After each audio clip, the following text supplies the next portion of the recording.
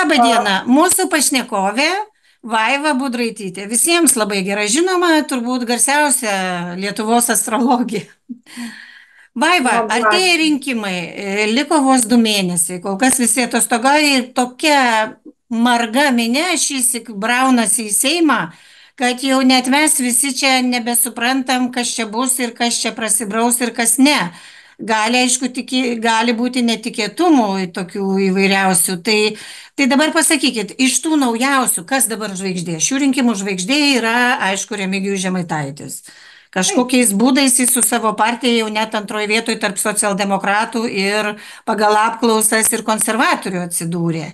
Tai sakykit, pasakykit, iš tikrųjų, mes klausėm politologų, bet mūsų manimų tos prognozės, sakyčiau, man atrodo, jūsų bus tikslesnės. ačiū. Ačiū. Ką lemia Remigijus žvaigždė Žemaitaičiui? Pirmiausia, noriu pasakyti, kad jam tai yra iš tikrųjų neblogi rinkimai. Jis turėtų sublizgėti, turint galvoj, kad tuo periodu, matai, kodėl jam turi pasisekti, nes jo ta partija naujai įsteigta, jai būtent pirmas mėno, spalio mėno, pusė pirma spalio yra labai labai palanki.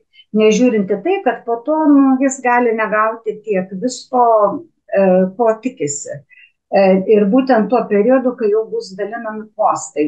Todėl aš sakyčiau, kad tas spindėjimas jo yra, manau, išpūstas šiek tiek ir kad realybė bus biški kuklesnė. Tai vienas dalykas. Antra, jis labai gražiai rezonuoja su tais, su konservatoriais.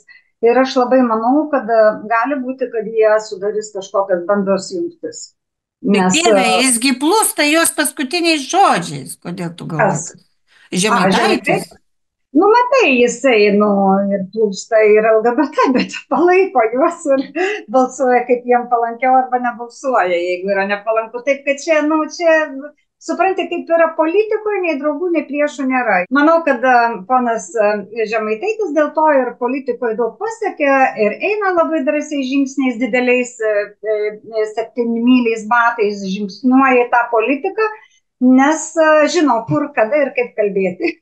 Ir žino, kada laiku pakeisti plokštelę. Taigi, nežinau, aš manau, kad turėtų labai džiaugtis jo pasiekimai tikrai ir konservatoriai, ir tie visi valdantieji dabartiniai, nes aš manau, kad tai yra tikrai, jis gaus palaikymą ir tikrai labai neblogai pasirodys partija ir jis, bet to gėrio tokio, aš nelabai suprantu politikoje, ką jie ten gauna postus, ar ministrų postus, ar ką, tai tikrai nebus taip jau. Nesišviečia.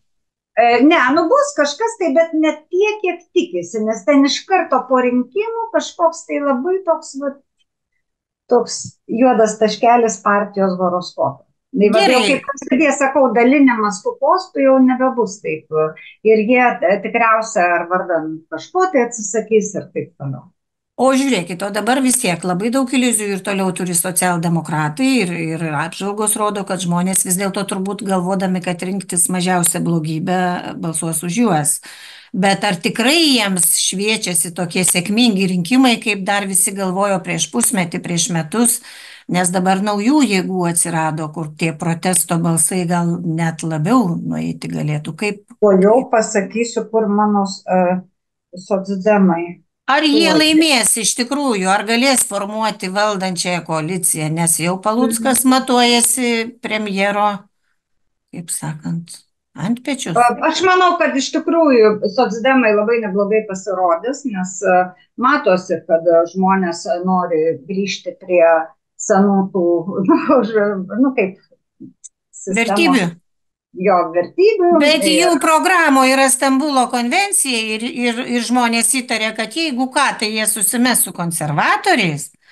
Aš manau, kad taip ir bus. Aš taip manau, kadangi iš tikrųjų labai gali gerai, sakau, Žemaitaitis pasirodė, dar tamais ir, bet, jūs žinokit, kad labai didelė tikimybė, kad tai partijai gali pasisekti mažiau ir kad jie Ir konservatoriai, nes konservatoriai įsikūrė praktiškai tą pačią dieną, tik tai po 100 metų. Tai ten labai panašiai pas juos yra ir kad dvi silpnos jėgos arba negavusios kažkiek, tai kad jos labai susivienė, socdemai su konservatoriais. Ir todėl aš visada, kai man sako apie konservatorius, kad jie nueis nuo arenos, jų neliks, palauk. Vėl bus koalicijos, vėl kažkas su kažko susijungs ir vėl tie patys liks, nes, tai yra taip. Gerai, tai jūs manot, kad nesvarbu, iš tikrųjų tai žmonės ir vat apklausos rodo, jeigu negalėtų šiandien balsuoti už Nausėdą, tai balsuotų arba už Šimonytę, arba už Žemaitaitį. Tai galbūt iš tikrųjų, tai kad ir kaip nepatenkinti dabartinės vyriausybės Lietuvos sprendimais kai kurie žmonės ir būtent ta valdžia ir tai, ką jį daro ir jos tokių neskaidrė galimai ta veikla, bet balsuoti nubalsuos. Konservatoriam gali būti toks netikėtas žmonėms smūgis, kad konservatoriai vėl bus valdžioj. Valdančioj koalicijoje. Kažkodėl tai aš nelabai abejoju, kad konservatoriai dalinai liks valdžia. Nes jūsų horoskopai, sakau, labai yra susišaukę su socdemais ir dar, aš manau, gaus dar Žemaitaičio palaikymą ir ten viskas bus gerai. Bet tai kur yra protestas? Protestas, kur yra protesto balsai, yra vadinamojoje taikos toj koalicijoje, kurią ves iš pelenų prisikėlęs į Seimą Viktoras Uspaskich. Tai kaip jiem, ar ta prasme pavyks jiem kažką nuveikti? Radau. Labai dideli Uspaskicho yra pajėgumai. Ir žinok, tikrai jis gali labai sublizgėti, visiems pavydo, labai sublizgėti. Ir kad tuo metu, kai viskas bus rinkimai, žmonės norės su juo bendradarbiauti, gal taip, arba jį palaikyti. Ir čia galimi labai rimti pasiekimai Uspaskicho. Ir aš manau, kad žmogus tikrai turėtų tokių pasiekimų neblogų. Ir kad labai keistai, kad jam dabargi, man atrodo, niekas nieko neprognozuoja, bet jis pasirodys geriau negu žmonės tikisi. Žymiai. Jį ignoruoja, bet iš tikrųjų jis tas garvežys, kuris turbūt ir ištemps tą protesto koaliciją. Gali būti, žinok, nes jisai būtent per balsavimą jis turės pakankamai neblogą periodą ir čia ir Neptūno trigona, ir Urano sekstiliai. Čia eina normaliai, viskas pas jį yra labai neblogai. Ir aš manau, kad jis išlaviruos savo, pavyzdžiui, jis niekam nepaslaptis, kad jis turi kažkokias tokias magijos poveikį. Ir ką jis bedarytų, žmonės kažkaip jį visai normaliai priima. Ar jisai ten gitarą groja ir kažkokius tai... Bet palauk, žmonės nori paklausti, ar jis neparduos tos Lietuvos Putinui kai kurie. Tai įtarė, jį ryšys ir kad čia jo tas dalyvavimas, tai kaip ir tų balsų išskaidimo tikslas yra atimti iš kitų ir padaryti, kad tos protesto jėgos kitos net nepatektų į Seimą ir tuo būdu ateitų konservatoriai. Bet iš kitos pusės konservatoriai pardavė visą Lietuvą ir su socdemais. Žodžiu, ar taip mes parduoti. Mieloji didesnė tikimybė, kad... Taip, bet žvaigždės lemia, kad toliau pardavinės kiti. Taip, kad, o jisai per mažai turės balsų, taip, kad negalės parduoti. Nebent šiandien prisidės prie konservatorių ir socdemų, taip, kad čia, kažkaip, Bet jis tas Feniksas, kuris, manai, ir vėl iš tų pelenų kažkaip taip viens ir pakils, grįž į politiką. Pasakysiu, kodėl, pas jį labai įdomus horoskopas, ką bebūtų, kaip bebūtų, jis yra žiauriai įdomi asmenybė. Ir jeigu jisai buvo, pavyzdžiui, jisai viešinosi, galima kalbėti apie tai, mudviem buvo dugne visiškam dėl sveikatos, tai buvo visiškai labai prastai. Jis sugebėjo suvokti, kad daktarai parduoda tik procedūras ir kuo turtingesnis, tuo brangias procedūras tau parduoda, o nemoko kaip pasveikti. Ir jis viską pats surado, pats išsiaiškino, pats pasveiko realiai, pats save pradėjo riboti ir pradėjo visiems toks žmogus aiškinti apie sveiką gyvenseną, ten knygas rašyti.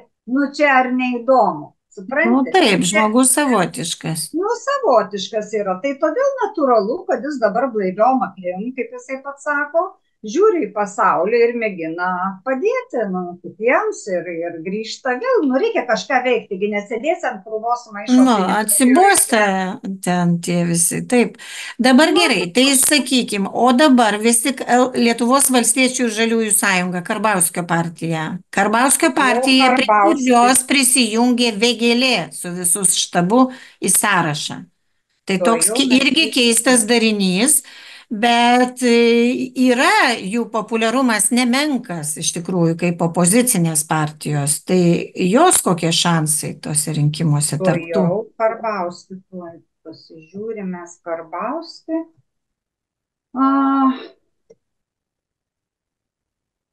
Na taip, nu matai, Saturnas Karbauskio yra pažeistas jautyje ir dėl to, bet jį gelbėjo, matai, Karbauskį nepaprastai stipri intuicija. Esmė yra tame, kad aš stebiuosi, reiškia, kad verslininkai, kuo stipresnis verslininkas, tuo jisai labiau remiasi savo intuiciją, o ne ekonomistų paskaičiavimus. Čia yra faktas. Ir tai yra faktas, ir Karbauskis yra iš tų, kurie turi ypatingai stiprią intuiciją. Tarp kitko, Karbauskiui tas periodas dėl tų žemio, dėl tų dalykų gali būti labai sudėtingas šiais metais, dėl derliaus pavyzdžiui. Bet kas susijęs su rinkimais, vėlgi jis gali gauti neblogai. Bet kad jis vienas valdytų, atsiprašau. Jis pats net neina, tiesiog eina jo partija, kurią veda Veryga jo pastatytas. Jis pats sako, aš nesirodo, kad jisai nevaldys, aš šito nežinau, kad jis nevaldys, kad jisai, reiškia, vėlgi bus junginys kažkoks, reiškia, komandinis darbas čia įvardinis. Tai jau pati koalicija yra komandinis, nes ponas Vėgėlė ir Veryga ir Karbauskis nėra visai ta pačios partijos. Dalis rinkėjų net pyksta, kad Vėgėlė pas juos infiltravosi į jų partijos sąrašą, nes sako, jeigu mes būtume norėję šitos partijos, tai mes ir būtume balsavę už tą seną gerą žalstiečių partiją. O dabar jie ar duos kažkokios naudos, tai kad Vėgėlė atėjo į jo sąrašą, paskutiniu numeriu įsirašė, žinoma, su idėja, kad jis bus reitinguotas į viršų. Verygai, pavyzdžiui, ką ir Vėgėlei, ką rodo. Palauk, aš tada pažiūrėsiu. Vienu žodžiu pasakysiu taip, kad jie turi praeiti, kad jie dirbs komandiniam darbe ir kad Karbauskis iš tikrųjų turėtų ten kuo mažiau ten lysti, nes lys tik tai diriguos. Taip. Tai jis taip ir planuoja. Ir viskas, nes daugiau tai čia to jau Vėgėlė, atradau. Taip, Vėgėlė. Nu jo, Vėgėlei pasisekė laiku, žinai, pakeitė ir per pačią pandemiją jis lyg ir geresnis buvo, žinai, sekasi. Bet man, aš nemeluosiu, man, atsiprašau, šitas Veryga patiko. Veryga patiko, kad jis alkoholių uždraudė, žinai. Tai, kažkaip. Tai Veryga daugam patinka, bet Karbauskis intuityviai gudrus, nes Veryga yra jo vedlys visų sąrašų. Pats supranta, kad jeigu jis pats būtų, tai gal ir netaip patiktų tą partiją. Ai, dievai, žinai, jis vis tiek, aš nežinau, neturiu nuomonės tokios labai dėl jo, bet manau, kad vienas iš geresnių, blogiausių variantų, kaip aš sakau, žinai, kad visi jie vienodi, bet vis tiek biški geriau. Tai bet dabar, o šitie pavyzdžiui... Dabar paklausykite, mielogi, tai va, Vėgėlė. Taip, protas labai stiprus, bet jis neturi sėkmės faktoriaus didelio. Gal toks susispaudęs, reiškia, ir toks... Vėgėlė, jis gražiai šypsosi, labai fainas vaikinas, ponas, bet jis toks labiau, jis nemyli žmonių, taip pasakysim. Čia, taip astrologiškai, kad, aš irgi nemyliu daresnių žmonių, nes aš visada stengiuosi biškutį per atstumą būti, nes per daug kontaktų, kai tu pastoviai bendrauji, tai yra toks, tokia biškutį siena pasistai. Taip? Tai va šitas momentas, o rinkimų periodų tokios savybės čia nėra atostogos, taip, tai yra nelabai geras faktorius. Tai, va. Tai mano nuomonė, kad taip, jisai suvaidins didelį vaidmenį toj partijai, su kuria eina viskas, bet pats vėlgi, jeigu bus postai dalinami spalio pabaigoje, jis tai negaus tokio posto. O Aš manau, jam kad žada, žinai, o Karbauskis jam žada Seimo pirmininko postą. taip, jeigu tai bus lapkričio antra pusė, tada taip, jis gaus. Lapkričio antroji pusė jis tikrai gali gauti aukštą labai postą būtent ir tada sutinku. Bet jeigu, nu matai, aš nežinau, kada skirstome pas juos tie postai, bet lapkričio antroji pusė jis gali gauti. Tai jeigu taip susivėlins paskirti, tai gal ir pavyks. O iš tikrųjų, tada Vaiva, sakykit, tai kas mūsų laukia, vad bendrai taip kaip dėliojasi, ar tas spalio 13, kada įvyks tie rinkimai, yra kažkokio lūžio galimo metai Lietuvai ir tai valdžiai mūsų? Ar iš esmės čia daug judesio, daug šaršalo, daug triukšmo, bet daugybė kažkokių pretendentų, bet faktiškai niekas nelabai ir keisis po naujų rinkimų? Taigi, aš dar pavasarį sakiau, kad gali tų rinkimų ir nebūti, aš abejoju kažkaip. Ir po to labai nustebau, kai vasaros pradžioje, pavasario pabaigoje pradėjo apie tai net kalbėti kai kurie politikai, kad su tais rinkimais ten iš vis neaišku. Tai va, tuoj užkraus man Lietuvą tos metus. Va. Tai noriu pasakyti, kad Lietuvai jau nuo šio mėnesio, iš tikrųjų nuo kitos savaitės, prasideda labai sudėtingas periodas. Pirmiausia, gali sirguliuoti mūsų vadai arba, nu, nežinau, daryti kažkokias kvailystes Lietuvai labai nepalankes. Ir jau nuo 19 kažkur tai rugpjūčio mes, iš tikrųjų, Lietuvai prasideda juodas periodas realiai nuo rugpjūčio 10-15, bet būtent po austėjos šventės, po žolinės ir tiesiog nuo pirmadienio jau atsiras tokia įtampa ir vėl galimi kažkokie skandalai tokie, kažkokie konfrontacijos labai didelės ir jis auks, progresas bus vis didesnis. Ten būtent įsijungs patys didžiausi Lietuvos tie vadovai. Nu, kas tai yra prezidentas, matyti, ta vyriausybės, mūsų Šimonytė, ten gal Čmilytė, ten, tos, kurios jau tokios jau rimtos.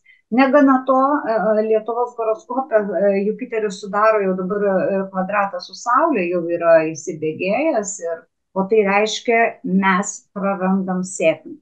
Tiek prezidentas, tiek pati Lietuva, tiek mūsų valdžia. Mūsų galva, reiškia, praranda sėkmę. Ir rugsėjis irgi, rugsėjo pabaiga tokia labai sudėtinga ir aš nežinau dėl ko. Tai prieš pat rinkimus, Dieve mano, kas čia darys? Palauk, ne, čia yra dar kažkas tokio, kas su rinkimais nesusiję. Čia tokie iškilti gali, pavyzdžiui, kas galėjo tikėtis, kad į ringą išeis vyras ir moteris, tai moterų sportą, taip, moterų, tai supranti, niekas to, mes tai visi tik vieną.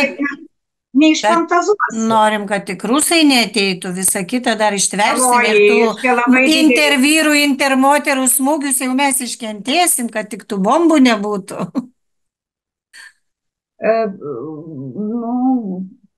Tai bombos, bet kad čia konfliktinė situacija su kaimynais, čia mane tai irgi labai neramina. Ir ką ten tokio, jie ten po to žolinių, ten gal uždarys tokią Kaliningrado sieną, nežinau. Aš sakau, jau proto nebegali mąstyti, tik tai ta intuicija. Ir iš tikrųjų mes pradėsim veltis į kažkokią agresyvę konfliktinę situaciją su artimiausiais žmonėm, tai yra gal Lenkais, Latviais, Belarusais, ten, rusais tai mūsų priešai, čia žinia, tai čia nesiskaito, nors irgi gal skaitosi kaimynai. Ir reiškia, ir va tokiu būdu.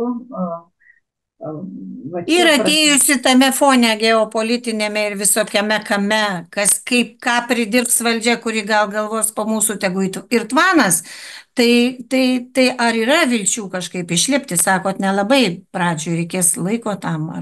Iki pavasario kito, jeigu nepaskęsim, tai tada jau plauksim. Tai tada jau plauksit. Jo, Ačiū. bet iki pavasario. Žinai. O taip, tai iš tikrųjų Sunki labai, žiema. jo, bus labai ruduo sunkus, labai sudėtingas ir tuo labiau, kad kai tu matai, man tai kaip žmogui labai skaudu dėl Lietuvos yra. Nes tikrai, kaip bebūtų, mes žinom, daugybė buvom labai tokia patriotinė nata, tai nežinau kažkaip. Tai aš manau, kad kiekvienas mes turim daryti tai pagal sąžinę, o pinigai ateina ir išeina. Tuo labiau, kad jau tie turtingieji vilų prisipirko, tai dabar jau gal jau užleis kitiem, kurie nori dirbti. Ne Jau tik. gal ir nebeliks, ne? Tų nieko nereikia mum vilų, paprastų namų užtenka. Tai buvo Vaiva Budraitytė, žinomiausia Lietuvos astrologė šiuo metu, nežinau ar ilgai reziduojanti Graikijoje. Kaip nuotaika, šiandien Graikijoje, rytoj Moldavijoje. Ačiū, Kur Vaiva. šilta, vienu žodžiu. Ačiū Jums. Iki. Kam patiko, spauskite patiko ir prenumeruokite mūsų kanalą. Ačiū. Ačiū.